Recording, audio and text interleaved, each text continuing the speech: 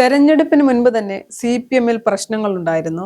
ഭരണത്തിലിരിക്കുമ്പോൾ അല്ലെങ്കിൽ രണ്ടാമത് അധികാരത്തിലെത്തിയപ്പോൾ മുതൽ രണ്ടാമത് അധികാരത്തിലെത്തിയ ഒരു പകുതിയായപ്പോൾ മുതൽ CPM-ൽ വലിയ രീതിയിലുള്ള LDF-ലും പ്രശ്നങ്ങളായി, CPM-ൽ പ്രശ്നങ്ങളായി, CPI-ൽ പ്രശ്നങ്ങളായി. പല നേതാക്കളും CPM-നെ തള്ളിപ്പറഞ്ഞു. തെരഞ്ഞെടുപ്പ് സമയത്ത് പല നേതാക്കളും CPM-നെ തള്ളിപ്പറയുന്നത് കണ്ടു. തദ്ദേശ സ്വയംഭരണ സ്ഥാപനങ്ങളിലേക്ക് നടന്ന തെരഞ്ഞെടുപ്പിൽ ഇതുവരെയും അനുഭവിച്ചിട്ടില്ലാത്ത തരത്തിലുള്ള വലിയ പരാജയം LDF-നുണ്ടായി. അതിന്റെ ഇടയിൽ ശബരിമല സ്വർണ്ണക്കൊള്ള വരുന്നു. അത് കഴിഞ്ഞുണ്ടായ നിയമസഭാ തെരഞ്ഞെടുപ്പിൽ ഒരു തിരുത്തലിനും തയ്യാറാകാതെ, തദ്ദേശ സ്വയംഭരണ സ്ഥാപനങ്ങളിലേക്ക് നടന്ന തെരഞ്ഞെടുപ്പിൽ വലിയ പരാജയം ഉണ്ടായിട്ടും ഒരു തിരുത്തലിനും തയ്യാറാകാതെ ഒരു ഓവർ കോൺഫിഡൻസോടുകൂടി ഞങ്ങളല്ലാതെ അല്ലെങ്കിൽ ഞാനല്ലാതെ മറ്റാര് എന്ന ചിന്താഗതിയോടുകൂടി തെരഞ്ഞെടുപ്പിനെ നേരിടുന്നു. നിയമസഭാ തെരഞ്ഞെടുപ്പിൽ അമ്പേ പരാജയപ്പെടുന്നു.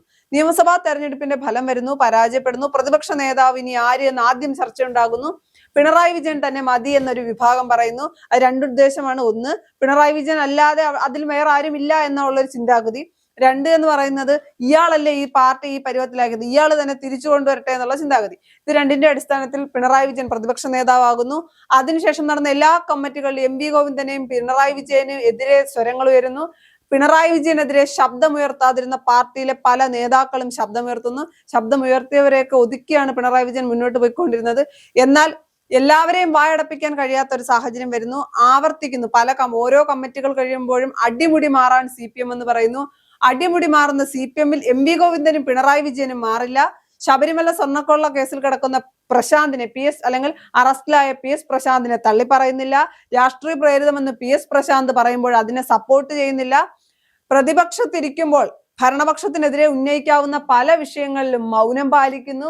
ഇത്തരത്തിൽ CPM ഇനി എങ്ങനെയാണ് അടിമുടി മാറാൻ പോകുന്നത്?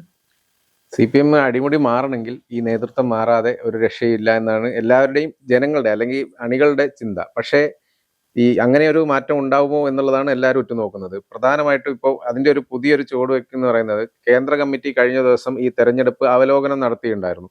അതായത് കേരളത്തിലെ ഇത്രയും വലിയ തോൽവിക്ക് കാരണം എന്തായിരുന്നു. അതിനകത്ത് പല കണ്ടെത്തലുകളും നടത്തിയിട്ടുണ്ടെങ്കിലും ഒരാളെയും വ്യക്തിപരമായി കുറ്റപ്പെടുത്താത്ത രീതിയിലാണ് കേന്ദ്ര കമ്മിറ്റി പോയത്. കാരണം അതായത് പ്രധാനമായിട്ട് കുറ്റപ്പെടുത്തേണ്ടി വരിക ഒന്ന് പിണറായി വിജയനെ ആയിരിക്കും. കാരണം പിണറായി വിജയന്റെ ഈ 10 വർഷക്കാലത്ത് ഉണ്ടായ പല പെരുമാറ്റവും ധാർഷ്ട്യവും കലർന്ന രീതി ഒന്നാമത്തെ കാര്യം അതുണ്ടായിരുന്നു. ഇപ്പൊ രണ്ടാമത് പാർട്ടി സെക്രട്ടറി MV ഗോവിന്ദന്റെ ചില നിലപാടുകൾ, അതായത് തളിപ്പറമ്പിലും പയ്യന്നൂരിലും സ്ഥാനാർത്ഥിയെ നിർണയിച്ച സംഭവത്തിൽ അത് തെറ്റായിരുന്നു എന്നത് തെരഞ്ഞെടുപ്പ് കഴിഞ്ഞപ്പോൾ പൂർണ്ണമായി മനസ്സിലായി. ആദ്യമേ ഒരു സംശയം ഇതുണ്ടായിരുന്നു, പല വിമർശനങ്ങൾ ഉണ്ടായിരുന്നു അവിടെ അവരെ നിർത്തുന്നതിനെ കുറിച്ച്.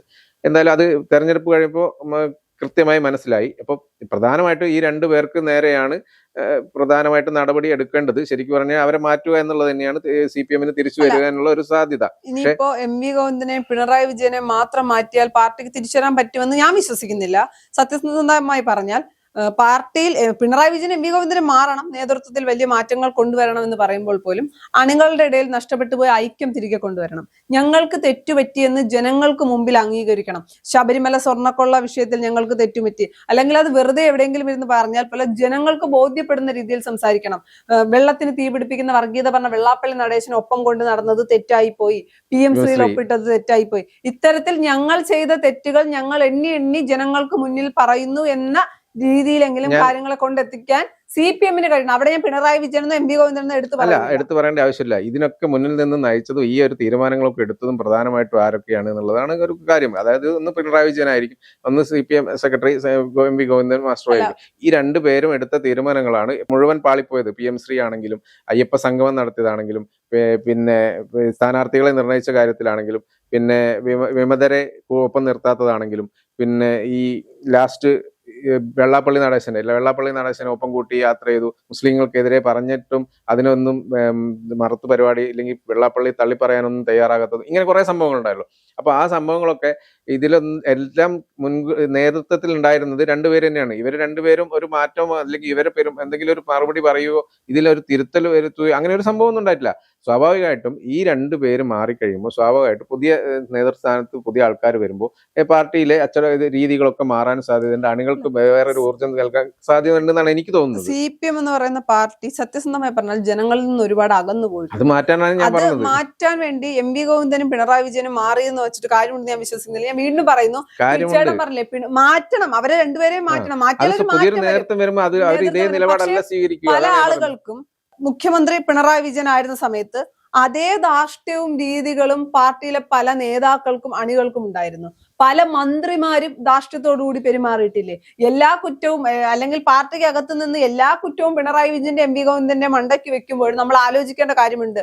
പല മന്ത്രിമാരുടെ പെരുമാറ്റം എന്തായിരുന്നു? ഇല്ല, ഇതിലൊരു കാര്യം എന്ന് വെച്ചാൽ മന്ത്രിമാരുടെ പെരുമാറ്റം എങ്ങനെയാണെന്ന് വെച്ചാൽ ഇവരൊരു നിലപാട് എടുത്തു കഴിഞ്ഞാൽ അതിനൊപ്പം നിൽക്കുന്ന രീതിയെ ഉണ്ടായിരുന്നുള്ളൂ. മറ്റു മന്ത്രിമാരാണെങ്കിലും ബാക്കിയുള്ള നേതാക്കളാണെങ്കിലും എല്ലാവരും ഇവരെന്ത് പറയുന്നു അതുപോലെയാണ് ചെയ്തുകൊണ്ടിരുന്നത്. പക്ഷെ അങ്ങനെയല്ല, ഇവർ നേതൃത്വത്തിൽ നിന്ന് മാറി വന്നു കഴിഞ്ഞാൽ പുതിയൊരു നേതൃത്വം വരുന്നതോടുകൂടി അവരുടെ നിലപാട് മാറും, ധാർഷ്ട്യം ഉണ്ടാവില്ല. ഒരുപക്ഷെ പുതിയ സംഭവങ്ങൾക്കൊക്കെ പ്രവർത്തന രീതി തന്നെ മാറാൻ സാധ്യതയുണ്ട്. അണികൾക്ക് ഒരു വിശ്വാസം കൂടുന്നതോടുകൂടി അണികൾ വീണ്ടും ഐക്യത്തോടു കൂടി വരുമെന്നാണ് എനിക്ക് തോന്നുന്നത്. അങ്ങനെ ആണെങ്കിൽ പോലും ആരെ ആക്കുമെന്നൊരു ചോദ്യമില്ലേ? അങ്ങനെ ഒരുപാട് ആര് വെക്കണം എന്നുള്ളതൊക്കെ നേതൃത്വത്തിൽ ചർച്ച ചെയ്തിട്ട് എടുക്കണം. അങ്ങനെയാണെങ്കിൽ സീരിയസ് ആയി അടുത്ത ചോദ്യം വരാൻ പോകുന്നത് ആരെ? പിണറായി വിജയനെ മാറ്റിക്കഴിഞ്ഞാൽ പ്രതിപക്ഷ നേതാവ് സ്ഥാനത്തേക്ക് ആരെ കൊണ്ടുവരും? പിണറായി വിജയൻ എന്ന വ്യക്തിക്ക് അല്ലെങ്കിൽ പ്രതിപക്ഷ നേതാവിന് നന്നായി പ്രതിപക്ഷ നേതാവായി പെർഫോം ചെയ്യാൻ കഴിയില്ല. കാര്യം അദ്ദേഹത്തിന്റെ ആരോഗ്യസ്ഥിതി പല വിഷയങ്ങളിലും അതെല്ലാം തിരിച്ചടിക്കും. കാര്യം ഇദ്ദേഹം മുഖ്യമന്ത്രി ആയിരുന്നപ്പോൾ കാണിച്ചു വെച്ച ഇതിന്റെ ബാക്കിയായിരിക്കും UDF സർക്കാർ കാണിക്കുന്നത്. അപ്പോ തിരിച്ചു ചോദിച്ചാൽ അദ്ദേഹത്തിന് ഉത്തരം ഉണ്ടാകില്ല. അപ്പോൾ അവിടെ സഭയിൽ ആരെ പ്രതിപക്ഷ നേതാവാക്കി CPM ഉയർത്തി കാട്ടുമെന്നൊരു ചോദ്യം CPM-ന്റെ മുന്നിലുണ്ട്. എം വി ഗോവിന്ദനെ മാറ്റിയാൽ മറ്റൊരാളെ ആക്കാം, ശരിയാണ്. എം വി ഗോവിന്ദനെ മാറ്റിയാൽ മറ്റൊരാളെ ആക്കാം. പക്ഷെ പഴയ CPM-ന്റെ സാഹചര്യം അല്ല ഇന്നത്തെ CPM-ന്റെ സാഹചര്യം. അകത്ത് തന്നെ രണ്ട് ചേരി പോലെ രൂപപ്പെട്ടിട്ടുണ്ട്. അപ്പൊ ഏത് ചേരിയിലുള്ള ആളിനെ ആക്കും? അല്ലെങ്കിൽ എം വി ഗോവിന്ദനും പിണറായി വിജയനും ഇഷ്ടമല്ലാത്ത ഒരാളെ, ഇപ്പൊ ഞാൻ ഉദാഹരണത്തിന് KK ശൈലജയെ പറയാം. വ്യക്തിപരമായി അവർക്ക് വലിയ താല്പര്യമില്ലാത്ത ഒരാളാണ്. ശൈലജയെ എം വി ഗോവിന്ദനും പകരമാക്കി കൊണ്ടുവന്നാൽ ഇവരത് സമ്മതിക്കുമോ? ഇല്ല. ഇതൊക്കെയാണ് പ്രശ്നം. ഇപ്പോഴും ഇപ്പൊ MA ബേബി പല വിഷയങ്ങളിലും ഇവർക്കെതിരെ സംസാരിക്കുമ്പോഴും ബേബിക്ക് പോലും കടുത്ത ഒരു നിലപാടെടുക്കാൻ പറ്റുന്നില്ല. ഒരുപക്ഷെ നമ്മളൊരു കാര്യം ശ്രദ്ധിക്കേണ്ടത്, CPM പല കാര്യങ്ങളും, അതായത് പല തലത്തിലും പല നല്ല തീരുമാനങ്ങൾ എടുത്ത് നന്നായിട്ട് പ്രവർത്തിച്ചു കൊണ്ടിരുന്ന കാലമൊക്കെ ഉണ്ടായിരുന്നു. മന്ത്രിമാരെ നിശ്ചയിക്കുന്നതിലാണെങ്കിലും പല കാര്യത്തിലും പല നിലപാടെടുക്കുന്നതിലും വികസന കാര്യങ്ങളൊക്കെ നന്നായിട്ട് ശ്രമിച്ച സമയമൊക്കെ ഉണ്ടായിരുന്നു. പല കാര്യങ്ങളും ശരിയായ കാര്യങ്ങൾ ചെയ്ത കാലം ഉണ്ടായിരുന്നു. അപ്പൊ അങ്ങനെ ഒരു തീരുമാനം പുതിയ എന്തെങ്കിലും ഒരു കാര്യമായിട്ട് ചിന്തിച്ച് എന്തായാലും അതിൻ്റെതായ ഒരു നടപടി എടുക്കുമെന്നാണ് എനിക്ക് തോന്നുന്നത്. അത് മാത്രമല്ല, ചേട്ടൻ പറഞ്ഞതുപോലെ വികസന കാര്യങ്ങൾ നല്ല കാര്യങ്ങൾ ചെയ്തു എന്ന് പറയുന്നതിനപ്പുറം ഞാൻ വിശ്വസിക്കുന്നത് UDF അധികാരത്തിൽ ഇരിക്കുന്ന സമയത്ത് ഏറ്റവും നല്ല പ്രതിപക്ഷമാകാൻ CPM-നും LDF-നും കഴിയാറുണ്ടായിരുന്നു. പക്ഷെ ഇപ്പൊ ഇവിടെ അതും നടന്നിട്ടില്ല. ഒരു മാസം അല്ലെങ്കിൽ 1.5 മാസം കഴിഞ്ഞ് സർക്കാർ അധികാരത്തിൽ വന്ന് 1.5 മാസം കഴിഞ്ഞിട്ടും ഒരു ശക്തമായ പ്രതിപക്ഷമാകാൻ കഴിയാത്തൊരവസ്ഥ. അതെന്ന് പറയുന്നത് ഒരു ജനാധിപത്യ രീതിയിൽ ഒരു നല്ല സർക്കാർ ഉണ്ടെങ്കിൽ, അല്ലെങ്കിൽ ഒരു നല്ല സർക്കാർ ഉണ്ടാകണമെങ്കിൽ ശക്തമായ ഒരു പ്രതിപക്ഷം. ഇപ്പോഴും CPM-ന് ഇവർ രണ്ടുപേരും മാറിയാൽ മാറ്റം വരുന്നു എന്നാണ് എനിക്ക് തോന്നുന്നത്. മാറിയാൽ മാറ്റം വരും. ഒന്ന് ഇവര് മാറില്ല. കേന്ദ്ര കമ്മിറ്റിയിൽ പോലും ഇവരെ മാറ്റിക്കൊണ്ട് നമ്മൾ ചെയ്യേണ്ടത്. അവർ സ്വയം മാറാനും പോകുന്നില്ല. ഇനിയിപ്പോ ഞാൻ നോക്കിയിട്ട് എങ്ങനെയെങ്കിലും മാറണമെങ്കിൽ വീണാ വിജയനുമായി ബന്ധപ്പെട്ട ED-യുടെ മാസപ്പടി വിവാദവുമായി ബന്ധപ്പെട്ട കേസിൽ പിണറായി വിജയൻ അറസ്റ്റ് ചെയ്താൽ എന്തായാലും മാറേണ്ടി വരും. ഇനി ഇതിനകത്ത് ഇതൊന്നുമല്ല. ആ കഴിഞ്ഞ ദിവസം കർത്ത തന്നെ പറഞ്ഞിട്ടുണ്ട്, പണം നൽകിയത് അവർ ചെയ്ത സേവനത്തിനല്ല ബന്ധത്തിന്റെ പേരിലാണെന്ന്. ബന്ധത്തിന്റെ പേരിൽ പിണറായി വിജയനാണ് പണം നൽകിയതെങ്കിൽ അതോടുകൂടി കാര്യത്തിൽ ഒരു തീരുമാനമായി. പിണറായി വിജയൻ മാറേണ്ട ഒരു സാഹചര്യം വരും. പിന്നെ MV ഗോവിന്ദനാണ്, അദ്ദേഹത്തെ അതോടുകൂടി മാറ്റും. എന്നാൽ മറിച്ച് പാർട്ടിക്കാണ് നൽകിയതെങ്കിലോ? അങ്ങനെ ഒരു ചോദ്യം കൂടിയുണ്ട്. പിണറായി വിജയൻ എന്ന വ്യക്തിയല്ല വാങ്ങിയത്, പാർട്ടിക്ക് ഫണ്ട് എന്ന രൂപത്തിൽ കർത്തയുടെ കയ്യിൽ നിന്ന് പണം വാങ്ങിയിട്ടുണ്ടെങ്കിൽ CPM എന്ത് പറഞ്ഞ് ന്യായീകരിക്കും? അല്ല, വേറൊരു കാര്യമുണ്ട്. ഈ പാർട്ടി ഫണ്ട് വാങ്ങുന്നത് എല്ലാ പാർട്ടി ഫണ്ടുകളും പാർട്ടിക്കാരും വാങ്ങുന്നതാണ് ഫണ്ട്.